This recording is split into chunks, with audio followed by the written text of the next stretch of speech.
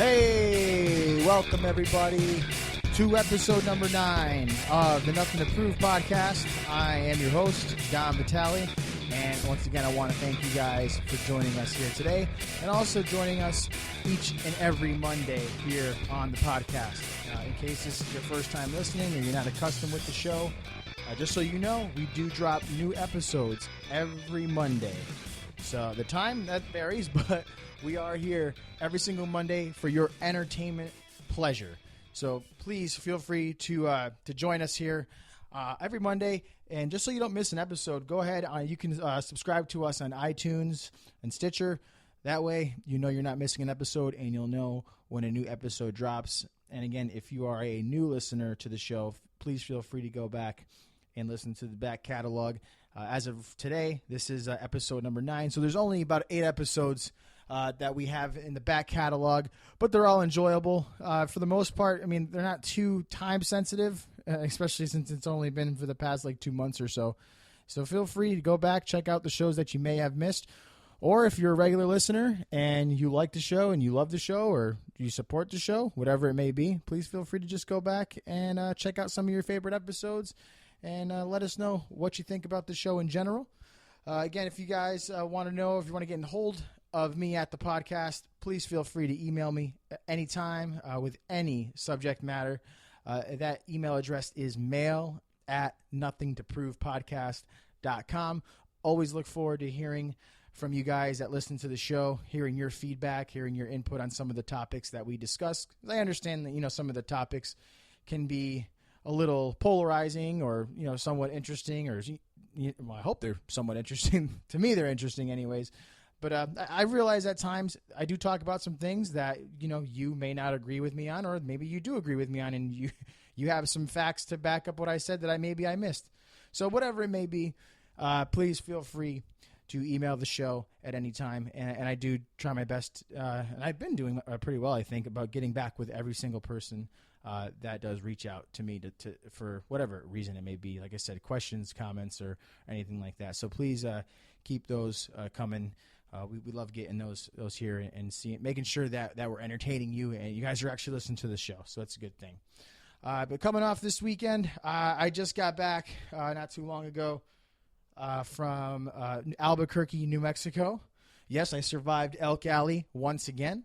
I was out there for Destiny Wrestling Organization, where I was defending the heavyweight title against Josh Payne of the Death Rage Cartel. And oh man, am I feeling it? Am I feeling it today?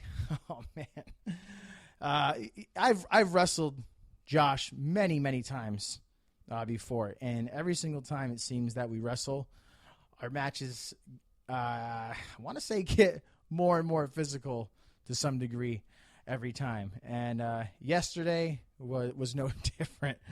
I had no intentions of feeling the pain that I feel today. What I do, and just to give you guys an idea, there was a point in the match where things got a little rowdy. We were rumbling quite a bit, and the action spilled to the outside. And Josh Payne was on the floor, and I was on the ring apron. So me, being the genius that I am, or so I think I am, decided to do a moonsault from the apron to the floor onto Josh. Now, for those of you that don't know what a moonsault is, basically it's just a standing backflip onto somebody. Well, it pains me to say, and I'm not too good to not say this, I guess you could say, but my moonsaults have never been, how do you say, the most straight, I guess you could say. They're very crooked, to say the least. Even when I have something to spring off of, sometimes I do want to do this move off out of the corner. So I got a little bit of spring to work with, which helps me gain some height. Even with that, 6 times out of 10, the fucking thing is crooked. And this time with no spring, it was kind of just, use your own momentum to get yourself over. And I could tell from the very split second once I took off that I wasn't getting the full rotation correctly. And I think and I haven't seen the tape yet. I'm sure there's video out there, and I'm scared to even look at it. But from my perspective, anyways, and from what some of the other guys that watched the match told me, it was fucking extremely crooked, which is my norm these days. 33 years old with some, my knees aren't what they once were, and getting older and things aren't as easy as they once were. As much as it pains me to say, but the moonsault was a little crooked, and I may have miscalculated my jump, and I made contact with Josh Payne, but not as much contact I would like. And the end result was essentially me slapping my enormous bulbous ass onto the hard concrete floor, full impact. And I felt it right away. And I've had an injury similar to this years and years ago, and if I were to take a guess, I'm going to assume that it's some type of like bruised tailbone or something like that, because man, ever since that happened, it's been a son of a bitch to sit down, as weird as that sounds. But in the ride home, 6.5 hours in a car, in a cramped car, back home on Saturday evening, early Sunday morning, was just brutal and a pain in the ass, literally. So I'm hurting today. It's definitely better than it was when it first happened. But not only that, I banged my heel pretty good off the concrete as well. So I've been walking fairly pigeon-toed today, just in some excruciating pain. It's hard to kind of sit down for long periods of time. So if you hear any rustling or anything like that, if the sound's a little off today, I just want to apologize. The chair that I usually sit in to record the episodes, not the most comfortable. So I'm going to be up and down the entire episode here, trying to make myself as comfortable as possible. But great fun show for Destiny Wrestling last night in Albuquerque. They had 2 female talents come out for the organization for the first time. Some of you may know them. Crazy Mary Dobson took on Lufisto, and these ladies are top-notch female wrestlers, and they put on a hell of a match, and they beat the shit out of each other, and it was thoroughly enjoyable for me to watch, and I'm sure for the fans. The fans really seemed to enjoy it. So hats off to those ladies for really busting their butts coming out to Albuquerque and putting on a great show for the fans. Hopefully we can see them again real soon. Definitely keep your eye out for them, and if they're in a town near you, go ahead and check them out. They put on a really good match and a really good show. But like I said, other than the butt injury and the heel injury, and I got like stabbed in the chest with like a screw or a nut or something that was on the guardrail on the outside. When I guess I got thrown over the guardrail and caught myself on my chest. So I got like this, looks like a bullet wound on one of my, on my chest. So that looks pretty ugly. But hey, if those are the least of my injuries, or the most severe of my injuries from last night, I'll chalk that up as a win. It could definitely have been much worse, especially when, jumping full contact, full speed onto the concrete floor. If that's all I went away with, I'm thankful that I was able to walk away on my own accord and finish the match as well.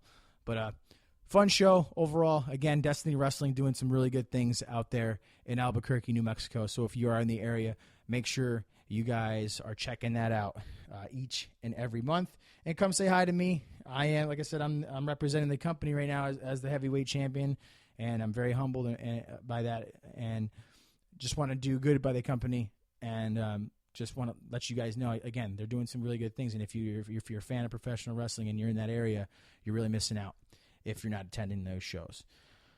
But other than that, I mean, the weekend was pretty much uneventful until then. On Friday, I got a chance to go check out the new blockbuster hit in the theaters, named the movie Trainwreck, starring Amy Schumer and Bill Hader. Not by my, it wasn't my choice. Let's put it that way. Sometimes you got to do things that your significant other does, because they obviously do things that you want to do. So it's a give and take. A relationship is a give and take. You do things with one another to make each other happy. My other half wanted to go see this movie, and she's been looking forward to it. So, she got me to go with her. I wasn't going to put up a fuss.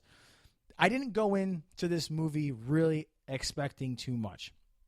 I'm not a big Amy Schumer fan. I've seen like minimal of her work for the most part, leading up into this movie. And from what I saw, going in, wasn't like overly impressed. I felt like she was getting put over way more than she should be. And I'm not taking anything away from Amy Schumer. Obviously, she's funny and she's entertaining and things like that. But to compare her to legends such as like, Lily Tomlin or Joan Rivers and stuff like that, I feel it's very, very, very early for that comparison to be made. But that's the rub that she's been getting lately. So, and this movie has been getting a lot of good reviews. But again, I wanted to make my own decision after I saw the movie. So I went in with an open mind for the most part, as much as I could. Now, did I like the movie? On a scale of 9 to 10, with 10 being the best, for me personally, is about a 6, 7 tops. It had its funny parts. It was entertaining, here and there. But for the overall like scope of the movie, it was completely predictable. It's a romantic comedy, and it ended just like every romantic comedy has ended since the dawn of time, or since those type of movies have been out. So there was no surprise there. As far as Amy Schumer goes, she didn't win me over in the movie. I'm sorry to say that. I know a lot of people out there really enjoy her work, and after seeing this movie, I'm just not one of them. And the best comparison I can make when I see Amy Schumer's work is she's like the female Dane Cook. And in my perspective, being compared to Dane Cook is not really a good thing. I don't find Dane Cook funny whatsoever. His brand of comedy, his technique and the way he does things is just, it seems too forced. If you're familiar with Dane Cook, or if you just take a look at his act, for the most part, it's him doing over-exaggerated jokes. That's pretty much what it is. Yeah, he has some substance here and there, but when he's delivering his punchlines, they're so over the top and like exaggerated that it would just never happen. Okay, so that's where he kind of loses me. Amy Schumer is kind of similar in that her delivery of the punchlines, she just drags them out and tries to get as many laughs out of one punchline as she possibly can. So if she sets up the joke and she delivers the punchline, she gets good, she gets a laugh, and then she'll try to make another joke out of that same punchline to get some additional laughs, and another joke out of the same punchline, and so on and so forth and so on and so forth. And it just gets dragged out for so long that you find yourself, or for me anyways, I found myself like, okay, we get it. Like, you made the joke. Now move on. What's next? And I found myself doing that like throughout the movie, like telling myself like, okay, I get it. You hit the punchline like 4 or 5 different times for the same joke. Okay, enough already. And it was like, it was a running theme with her throughout the movie. Now, the other people in the theater, they seem to enjoy the movie for the most part, but to their credit, or however you want to look at it, the vast majority of the other people in this movie were the exact demographic I think that this movie was gearing towards, which was females between the ages of 18 to 35. That's pretty much who was in that theater, and they just ate up everything that she did. And I found myself at parts that, like, it felt like they were just giving like courtesy laughs. Like, she told a joke and it wasn't a home run, but they're like laughing because like, oh, it's Amy Schumer, she's so funny. Oh my God, I can't believe she said that. Like that's what I get from her. And again, it's just something in her delivery and the way she presents it. It doesn't do it for me. I could see why a lot of that female demographic really does like her quite a bit. Obviously, she probably says the things that a lot of them think but are too scared to say. So for that, I give her credit. But for me, It just doesn't do it for me. But I mean, not only Amy Schumer, obviously the star of the movie, but there was a lot of other stuff going on in this movie that, really came out of nowhere that made the movie enjoyable for me to bring it to that 6 or 7 out of 10. And one of those was the performance by John Cena. And I know, okay, I'll cut you off before you can even bury me for saying it. You're going to say, oh, here we go. Dom's going to fucking love on Cena again and fucking stroke his fucking ego and, tell us how great John Cena is. Now, that's partially the case here. But I'm going to tell you this in the most unbiased way I can. John Cena did a hell of a job in this movie. He really did. When I was going into the movie, I heard and I knew John Cena was in the movie. I just wasn't sure really like how big his role was. And then I think like a day or two leading up to me going to see this, I heard that his role, like at first I thought it was like, a couple lines and then that was that. But then I heard his role was a little bit bigger. And then when I actually saw the movie, I was actually surprised how big his role actually was. It was a significant, role, especially for a guy like him who has, I guess he has some acting experience, the Marine and all that kind of stuff. But I don't know if you even like consider that like a real movie, like those movies that like straight to DVD. Like I think it's obvious that those type of movies aren't on the same level as a movie like this, Trainwreck, which is like a studio blockbuster. But yeah, he did a great job. He played a role that I think he was a perfect fit for. Obviously, he played like a meathead, a sensitive meathead, and he did a hell of a job. He really, really did. He wasn't afraid to make himself look like an idiot, and there was more than a few points in the movie where he did make himself look like a pretty big idiot. And he had me laughing. He had me laughing out loud. He had the whole theater laughing out loud, to be honest with you. For you guys and girls out there that have not seen the movie yet, you get to see a lot of John Cena in this movie, not only from an acting standpoint, but from a physical standpoint as well, if you know what I mean. If you don't know what I mean, basically, John Cena is butt-ass naked in this movie for quite a while. So if you are a John Cena fan, ladies or gentlemen, if you like what you see, you might want to check this movie out because there's quite a few minutes in here that are going to be enjoyable for you.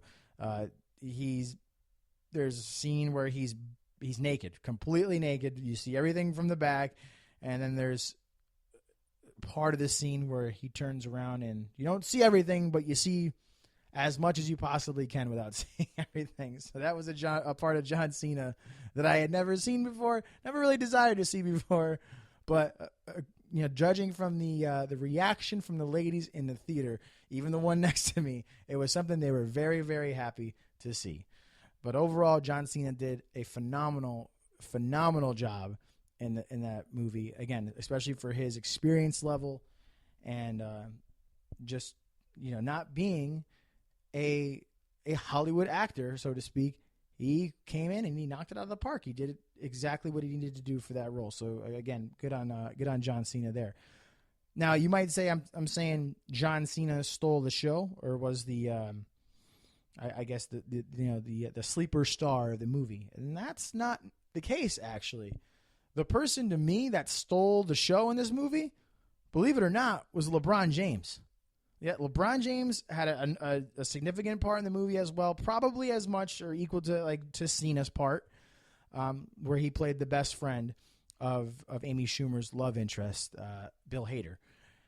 And LeBron knocked it out of the park, man. Like, he did a hell of a job in that role.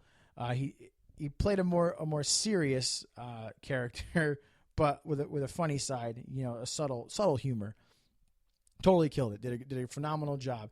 And the thing that I found weird about this role, like in the movie, LeBron plays himself. He plays LeBron James, the athlete. And throughout the movie, the movie takes place in New York City. And throughout the movie, he's like hanging out with the doctor who lives in New York City, and he's going to all these events and everything like that. And then he references how, he was really happy. And I'm not giving anything away here. This is not a spoiler or anything like that, so don't worry. but he's referencing, you know, how happy he was that the city of Cleveland took him back and how welcoming they were, and how great of a city that Cleveland was. And he was, you know, it's got a home of the Football Hall of Fame and, you know, the Rock and Roll Hall of Fame and this, that, and the other. But the whole time in the movie, he's spending all his time in New York City. And I'm thinking, well, if he's living in Cleveland or he's back in Cleveland and he's so happy that they took him back, like, why is he spending so much time in New York City hanging out with his buddy? Like, it makes no sense from that point. I didn't get it. But hey, maybe it's foreshadowing. Maybe it's LeBron saying that, you know, when the time is right, he's ready to come to New York and play for the New York Knicks. And if that's the case, I'm all for it. But you couldn't tell by LeBron James, his appearance in this film, it wouldn't appear on the surface that he likes Cleveland more than New York City. But that's another argument for another day. Also wanted to reference a awesome Coco Beware shout out by John Cena in the film.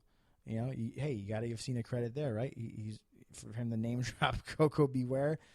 That's great. And just to go back to Cena for a minute too, I saw something today where he was saying, you know, no matter how big or how successful his movie career decides to take off, he's not leaving wrestling until he's done. He's absolutely done with it, and you got to admire that. He's a wrestler first, entertainer second.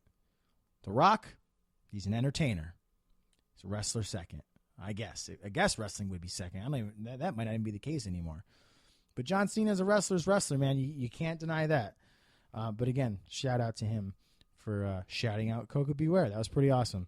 But yeah, the movie was, you know, like I said, about a 7. Not bad, not great. Would I recommend someone to go see it? Yeah, you might as well check it out. It's probably one of the better movies that are out there. But again, I don't fucking know movies for the like. I'm not checking them all out. I know Ant-Man came out. I don't know who the fuck Ant-Man is. I assume that it's a comic book character of some sort. So that movie, I'm sure, did pretty well. If comics are your thing, obviously you're going to pick Ant-Man over this movie. But go check it out. You know, hey, I'm all about supporting the boys, supporting the wrestlers, and seeing this movie supports a wrestler, and essentially John Cena. But again, yeah, if you don't fucking like John Cena, you want to support what he does, whatever. Let's not get into that argument here. But a lot of cameos in the movie. Too many to list for the most part. My other favorite was Method Man from the Wu-Tang Clan. He made a nice cameo in the movie as well, so it was cool to see him. But yeah, Trainwreck, it's playing in theaters now. Check your listings. I'm sure you can find it pretty much anywhere and everywhere. But also, last week we had the ESPY Awards. Were on, I think, Monday or Tuesday of last week. I don't know. I didn't really watch them, to be honest with you. I just kind of saw a little bit of the fallout afterwards. And again, people were fucking still pissed off that Caitlyn Jenner won the Courage Award, Arthur Ashe Courage Award, and how fucking dare they give her that, you know, that whole fucking rigmarole, and which is a stupid argument in the first place. Like, again, it's a fucking made-up award for a made-up award show. Like, who fucking cares? Just because she won or they gave her that award, it's not the end of the world.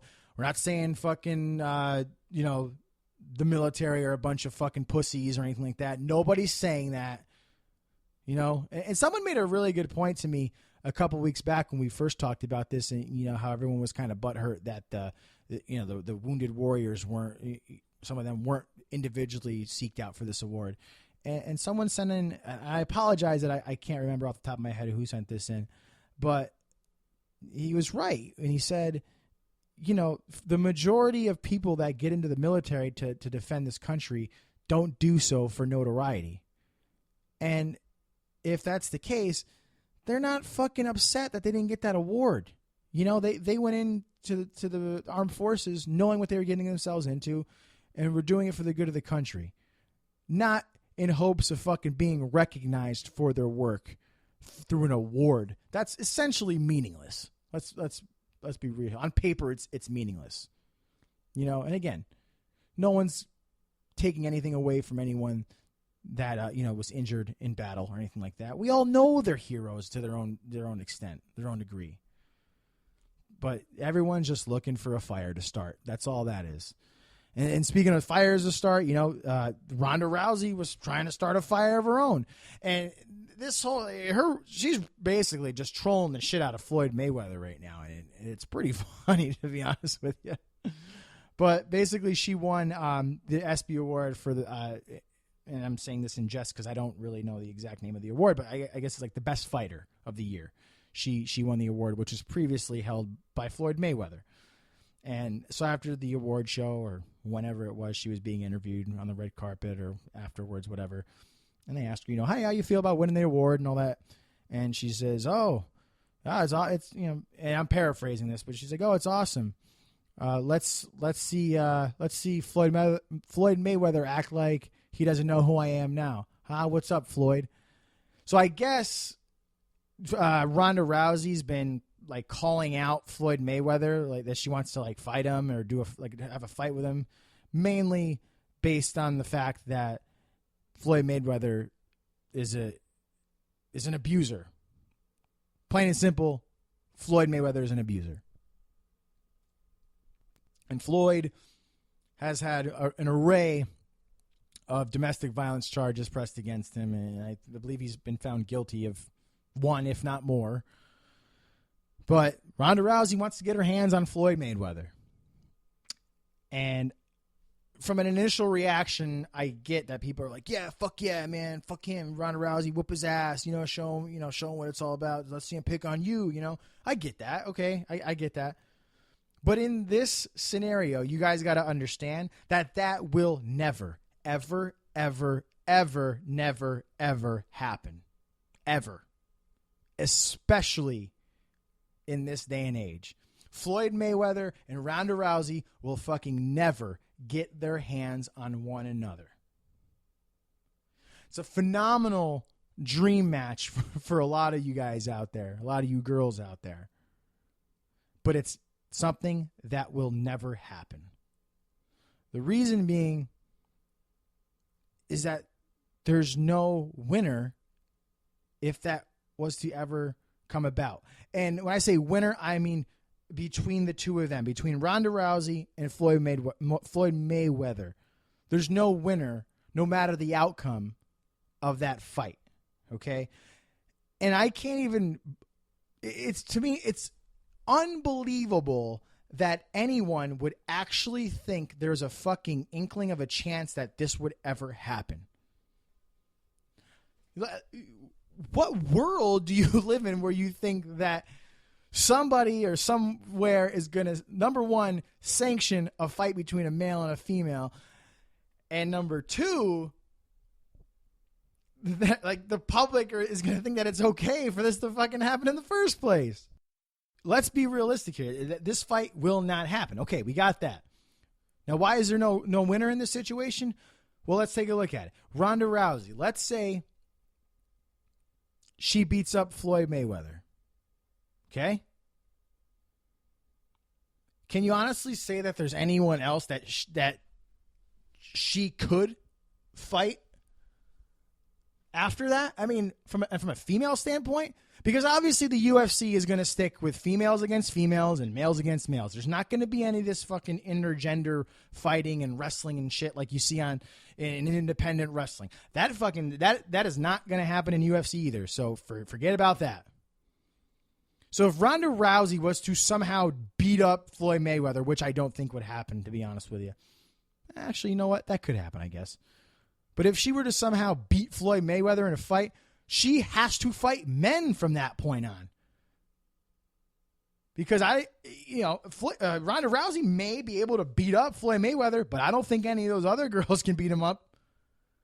I think Ronda Rousey is such a phenom that she's head and shoulders above the second best female in her profession. So if Ronda Rousey wins, she can't go back to fighting women. People at that point, people would just be paying to see a bloodbath, just to basically to hope to see her kill somebody, because no one's going to be on her level. And now if Floyd Mayweather wins a fight, okay, beat up a girl, like he's a bigger piece of shit than he is now. Well, let's be honest. Let's be frank. Floyd Mayweather's a pretty big piece of shit.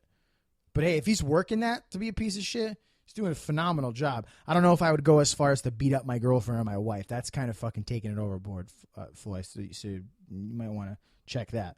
But if Floyd Mayweather loses to her, or he beats her, he fucking beat up a girl. If he loses to her, he lost to a girl. His legacy's fucking down the toilet. I don't want to sound sexist. That's not what I'm trying to do, but come on. One of the best boxing champions of all time. If he loses a fight to a female, his legacy will be tarnished. I mean, it's pretty obvious to say that. I think everyone would agree with that. So it's a lose-lose situation. Obviously, Ronda Rousey stands to gain much more. I mean, if she loses to Floyd Mayweather, it's not a big deal for her. She lost to a guy. Everyone's going to expect the, majority white guy stronger than a girl, whatever. And again, that's another argument for another day. I'm not going to get into that now. But I think it's more acceptable or understandable if Rousey, the female, lost to a male, Mayweather in a fight. But again, this is all, fantasy booking and shit like that, because this is never going to happen. So good on Rousey, I guess, for calling Floyd on his bitch-assness from beating up women, and she's getting herself some more publicity, obviously. So good on her. Again, this fight's not going to happen, so everyone can just fucking relax about that.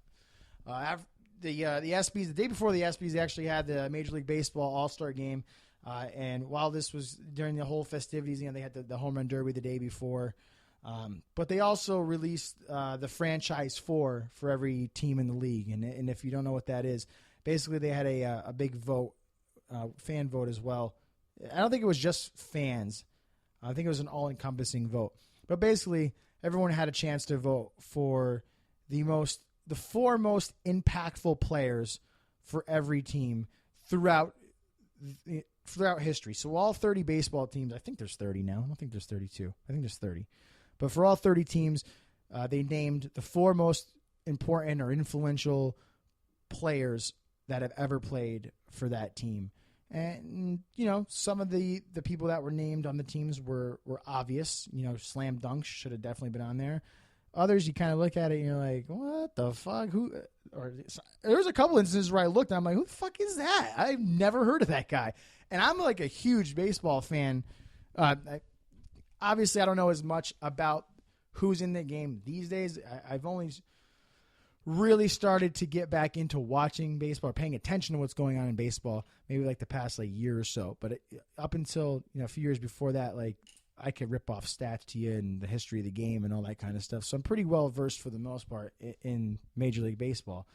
But man, some of the lists were a little surprising. Some were a little bit weird.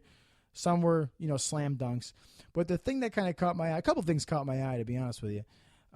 One was that Vladimir Guerrero actually made two of the lists, which I thought was pretty cool. He made the list for the Anaheim Angels and also the Washington Nationals / Montreal Expos, since essentially it's the same team. But I thought that was pretty good. Vladimir Guerrero was a hell of a ball player. I had a lot of respect for him pretty much because he didn't wear any batting gloves, and I always thought that was the coolest thing ever. But yeah, so Vlad made two of the teams. Nolan Ryan made three, I think. He made the Angels, the Astros, and did he make the Rangers? I don't know. I have to check that. But Nolan Ryan, rightfully so. He definitely should have made two, if not three. So I thought that was pretty cool too. Some of the lists, it's just like you look at it and you're like, I don't know if I can know who that guy is. Oh yeah, Nolan Ryan did actually make the Rangers as well. So he made three teams. But just to kind of go through some of the notable teams that some of you guys might know or might be interested in, the Yankees, their list was Joe DiMaggio, Lou Gehrig, Mickey Mantle, Babe Ruth. I think that's pretty obvious. Obviously, some people might vote for Derek Jeter in that spot. But as awesome as Derek Jeter was, and I say awesome, yeah, I'm a Yankee fan, but I've talked to a lot of Yankee haters, and they have no choice but to respect Derek Jeter, I guess. They don't have to like him, but they respect him. That's in their own words. That's not mine. As much as some people might say that Derek Jeter deserves to be on that list, I think is a little bit of a stretch. I don't think that he's in the same class as DiMaggio, Gehrig, Mantle, or Ruth for that matter. So that list I'd say is pretty much spot on. Who else we got here? Here was one that kind of caught my attention, which led to me kind of really thinking about some other things here too. Is that Pete Rose was named to the Reds franchise 4 team as one of the greatest players for that franchise. Now keep in mind, Pete Rose was banned from the game of baseball years and years ago. I think it was in 1990 or 91 for gambling on baseball while he was still a manager. And some recent reports coming out that he was actually while he was playing that he was actually gambling on baseball. So that got him a lifetime suspension from the game. But every now and then you'll hear Pete Rose's name come up, or they'll sprinkle him in. But under that suspension, Pete Rose isn't supposed to have anything to do with any like baseball ceremonies or anything like that. Like that's why he's not in the Baseball Hall of Fame. Pete Rose has the most hits of all time of any player ever in Major League Baseball, but he's not allowed in the Hall of Fame. But he's allowed to participate in the on-field ceremony for the franchise 4 at the All-Star game this year because it's in Cincinnati. Little bit hypocritical there. And to me, it's like, don't fucking yank the guy around. If you need him to participate in this event or this ceremony, well, fucking do the right thing and put him in the fucking Hall of Fame. If he's that good to be named as one of the franchise 4 players, he's more than worthy enough to be in the Baseball Hall of Fame. And that needs to be changed, or that needs to be rectified. No matter Pete Rose's indiscretions off the field, that aside, his on-field work speaks for itself, and Pete Rose deserves to be in the Hall of Fame. And I think the severity of the crime really plays a part in that. Gambling, to some people, some people say, oh, it's a victimless crime. Other people see it as something pretty serious. There's families out there that have been torn apart by gambling. I'm sure there's people have been killed because of gambling. But we're talking about baseball here and betting on baseball. I don't see the problem with him I don't see the problem with him being in the Hall of Fame. I don't. He's paid his debt to Major League Baseball for the past 25 some odd years. Hey, I think the guy's learned his lesson. And you can't say everything that you do off the field shouldn't have anything to do with what you do on the field. I don't think that's the case. Obviously, if you got a guy who's a on the cusp Hall of Famer and he's fucking chopping people up, in his backyard, Oogie Urbina. Excuse me. Hey, well, actually, he wasn't a borderline Hall of Famer. He was pretty good for a little while. But anyways, yeah, maybe you shouldn't be in the Hall of Fame. But gambling, personally, I don't see the big deal. I think he should be in. I really do. But we'll leave it at that. Maybe we can argue that at another time. The Red Sox, we get Pedro Martinez, David Ortiz, Ted Williams, Carl Yastrzemski. I think that's pretty obvious. Maybe somebody could put it up an argument that maybe Manny Ramirez deserves to be in there, or Wade Boggs, or Roger Clemens. But Pedro and David Ortiz, those are two main parts to that franchise breaking that curse, if you believe in that, and actually becoming World Series champions again in 2004. So, and Ted Williams and Carl Yastrzemski are just legends in and of themselves. So they obviously deserve to be on that list. Who else is of notice here? The Mets, if you're a Mets fan, Keith Hernandez, Mike Piazza, Tom Seaver, David Wright. I don't think David Wright deserves to be on that fucking list whatsoever. Yeah, he's the face of the franchise right now, even though he's fucking injured and injury prone. David Wright is not one of the top 4 Mets of all time. that David Wright is not a better Met than Doc Gooden or Darryl Strawberry or John Franco for that matter. And again, off the field stuff aside, they were never banned from the league though. Not for life anyways. I'm sure they got their suspensions for their drug issues. But I don't know. David Wright, I don't see him being on that list. Piazza, I agree with Seaver. Yeah, obviously. Keith Hernandez? No. Take Keith Hernandez off there. Take David Wright off there. Put Strawberry and Doc Gooden in there. And then we're talking. One of the Marlins, they got a guy in here, Giancarlo Stanton. I have no fucking idea who that guy is.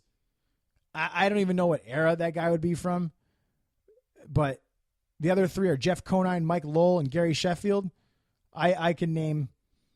I think Pudge Rodriguez is a better Marlin than that Stanton guy. Again, I mean, I know who Pudge Rodriguez is, and I know he won a World Series championship with them. Fucking put Juan Pierre in there, for God's sakes, if you know who Juan Pierre is. Or even Miguel Cabrera, for that matter. But again, I don't know who the fucking Giancarlo Stanton guy is. I don't know. Maybe I'm missing the boat on him. Maybe he's better than I would know. But who knows? I'm not even going to go there. The Giants, San Francisco Giants, Barry Bonds, Willie Mays, Willie McCovey, Buster Posey. But I see the Buster Posey thing because of all the championships he's won recently, so I can get behind that, I guess. The Barry Bonds thing, he's pretty much the only steroid guy on all of these lists, to be honest with you. All the other steroid guys, quote, unquote, aren't on any of these lists. There's no McGuire, there's no Canseco, there's no Palmeiro. And I think McGuire should at least be on at least on the A's list, possibly the Cardinals list. Now, the Cardinals list is pretty stacked. They got Lou Brock, Bob Gibson, Rogers Hornsby, and Stan Musial. That's kind of hard. Yeah. That's a hard glass ceiling to break. But, yeah, I mean, if you're going to have Bonds on the list, you got to at least humor us and, put some of the other gas hounds on the other lists that deserve it anyways. But the main guys that have been, pegged, like Roger Clemens is not on any of the lists, but he could easily be on, like I said, the Red Sox list or the Astros list. So that's a little hypocritical there. Cubs, Ernie Bank, Ryan Sandberg, Ron Santo, Billy Williams. Okay. If you're a Diamondbacks fan, if you're local here in Phoenix, Paul Goldschmidt, Luis Gonzalez, Randy Johnson, Kurt Schilling. I don't think Goldschmidt deserves to be on that list. Too early for him. I think you could have Mark Grace on that list, if anybody. Besides Goldie. Anyone else of notice here? Cecil Cooper on the Brewers list. I think that's pretty funny because it seems like Cecil Cooper was like, okay, we got to find a fourth fucking guy because they had Raleigh Fingers, Paul Molitor, and Robin Yount, and that's pretty much the three top guys they've ever had. So they're grasping at straws. I'm not going to spend too much more time on this, but if you're a baseball fan, it's pretty cool to just kind of check out the list and see what they came up with. But I wanted to get a chance to move on to the WWE Battleground pay-per-view that was held this past Sunday night. Yeah, we're going to talk some wrestling tonight. All right. Well, just wanted to go over a couple of things that kind of happened on the show tonight. The bigger things anyways. They had a women's match on the show to follow up their improvement of the women's or Divas division from this past Monday's Raw. So tonight, or this, that Battleground, because I'm recording this after the show, the women's match was Sasha Banks versus Charlotte versus Brie Bella in a three-way dance, each representing their collective teams of women. And I had very low expectations for this match, and maybe it's kind of a shitty thing to say, but I had those low expectations mainly because of Brie Bella. I really didn't think Brie Bella was going to match up well with those two ladies, and from what I saw, it looks like they had to slow things down for her. And it seems to me that match wasn't as good as it potentially could have been if there was that third person besides the Bella girl. If it was like Becky Lynch, but storyline wise, I get it can't be her and all that. But it's going to be real interesting to see in the upcoming months and weeks and stuff like that how this Divas division is going to change or transition, if at all. because I think it's pretty obvious that all the homegrown NXT girls are fucking heads and shoulders just outclass any of the divas that did not come directly from NXT. It's not even close. The level of work, the work rate is just astronomical between the two of them, and there's no fucking chance, no matter how hard those chicks, I say chicks, it's kind of a dick thing to say, but no matter how hard those women work, such as Nikki Bella, Brie Bella, Alicia Fox, they're not going to be able to keep up or match the skill level or the intensity of these NXT girls, because in the end, these NXT girls are professional wrestlers. They didn't seek out the WWE to parlay it into another career, to be an entertainer. Their main focus and their main goal is to be pro wrestlers, and it obviously shows in the ring. So it's going to be pretty interesting to see in the next coming weeks, months, how this pans out. But if it goes the way it's been going, the sky's the limit for these NXT girls, and I really hope they show the world that women's wrestling has a place on a card, and it has a place on TV when it's not being made a mockery of like it's been made a mockery of on WWE TV for the past X amount of years. We had John Cena versus Kevin Owens, the rubber match number 3 to settle the score, so to speak. It was a good match. The finishes were destroyed once again. Fucking everyone kicking out of everyone's finish, and the finish. And if this is a spoiler, oh well, sorry. But John Cena ended up giving Kevin Owens 2 FUs during the match. Is that no, not FU? What do they call it now? The AA, attitude adjustment.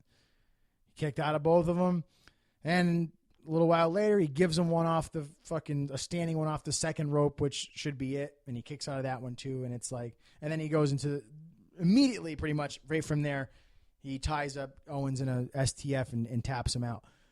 And it's going to be real interesting to see kind of where they go from here with Owens, because at this point, it's like the attitude adjustment's not a finish anymore. Like what?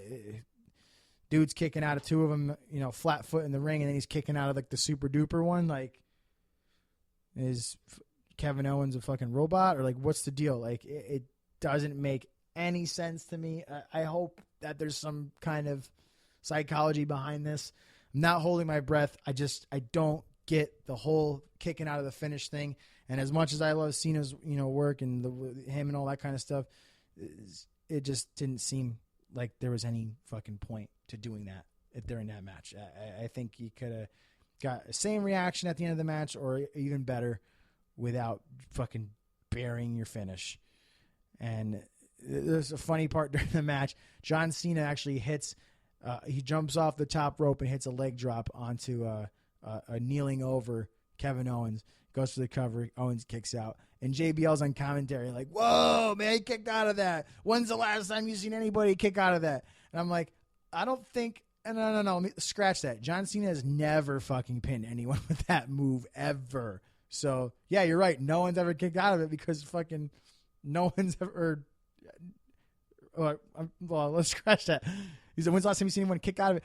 They kick out of it every time he does it. Whenever he goes for a cover after that move, they kick out of it. He's never pinned anybody with it. It's just stupid shit like that, man. It just drives me fucking insane. But, I mean, it was, let's hit a move. Let's do a false finish fest with that one. People are going to put it over like it's the greatest match ever or the greatest match of the year. If you like it, cool. I didn't find it that particularly great. I think the best match I've seen recently in the past couple weeks and months, besides one of the female matches on NXT, was Cena and Cesaro from a couple weeks ago on Raw. Phenomenal match. Phenomenal. Cesaro didn't kick out of that fucking that attitude adjustment off the second, though. But hey, whatever. And then the big story coming out of Battleground was that The Undertaker made his return, got involved in the main event match with Brock Lesnar and Seth Rollins, and basically that match ended in a no contest, and Undertaker took his liberties with Brock Lesnar, which looks like, I guess it's payback from WrestleMania from like 2 years ago or almost 2 years ago now. I don't know why he wouldn't have done it sooner, but whatever. I don't know, man. Undertaker looks kind of old still. You know, there's such a gap between, at least from what I see, from Brock Lesnar's skill level and intensity, and you know, that sounds like a broken record with going back to like the women's division. But I don't know how a match between the two of them is going to pan out again this time. Yeah, I find it very lopsided when they wrestled at WrestleMania 30, and not just from like a storyline standpoint. Like, it was pretty obvious from a trained eye that the Undertaker just wasn't his old self physically. But Brock Lesnar's a fucking machine. He's a beast, and that they call him the Beast. That's not a gimmick. That's the real deal. The guy's a fucking beast. And the Undertaker has just gotten a year and a half older since that match. Yeah, granted, Brock Lesnar has too, but he's not, in his mid-50s, and he's in fucking tip-top shape. Taker looks good for his age, but he's not at that Lesnar level. So obviously they're going to face off again sooner than later, and it's going to be real interesting how the Undertaker is able to keep up with Brock Lesnar. And again, this is not from a storyline standpoint. This is like from a actual physical, real life standpoint. Like, does he have it left in the tank to go to match Lesnar? I don't know, man. I don't think he does. I hope I'm wrong. I'll probably be proved wrong by that. If I was, it wouldn't surprise me. Undertaker's one of the best ever, if not the best ever. But he's going to have to pull out all the stops because, to me, Lesnar's at his peak right now. He can do no wrong. He's so goddamn strong, and just he's got everything going for him right now. And I don't think you can dull down Lesnar at this point to meet Undertaker halfway, so to speak. It's going to take away from Brock. So that'll be interesting to see where that goes heading into SummerSlam, which will be sometime in August, I would imagine. But overall, it was a pretty good show by WWE. They're picking up some steam. Usually they do that, leading into the bigger shows of the year, like SummerSlam or the Royal Rumble or WrestleMania. So I expect TV to get a little bit better every week leading up to SummerSlam. Again, like I said, in August, whenever that may be. But that's all I got for you guys today. I think I spent maybe just a little bit too much time on that Franchise 4 thing, but it kind of just it drove me a little nuts earlier in the week, and I wanted to get a chance to talk about it. But if you guys got any feedback on that or anything else, go ahead and send it my way, and we'll be sure to talk about it real soon. If in the meantime, guys, if you want to advertise on the show, if you got a product, a service, you want to get yourself exposed more out there, anything like that, feel free to email us at mail@nothingtoprovepodcast.com. Get you some more information regarding there. Make sure you guys follow us on Twitter at NTP Podcast or myself at Dom EL Catch us on Facebook and YouTube. Just search Nothing to Prove Podcast, and we're on iTunes, Stitcher, SoundCloud, all that good stuff. So guys, make sure you're actually subscribing to the show so you don't miss an episode when it comes out. And please go ahead and leave a review for the show. The more reviews you leave, the more of you that leave reviews, the more chances there are of more eyes seeing us here and joining us here and making the podcast bigger and bigger, and so we can do better and better things as we go on. Again, that's going to do it for us this week for episode number 9. Thank you guys for joining me. I look forward to hearing from you all this week with your feedback. But until next week, next Monday, be good to yourselves and do good for each other. Dom Vitalli saying see ya.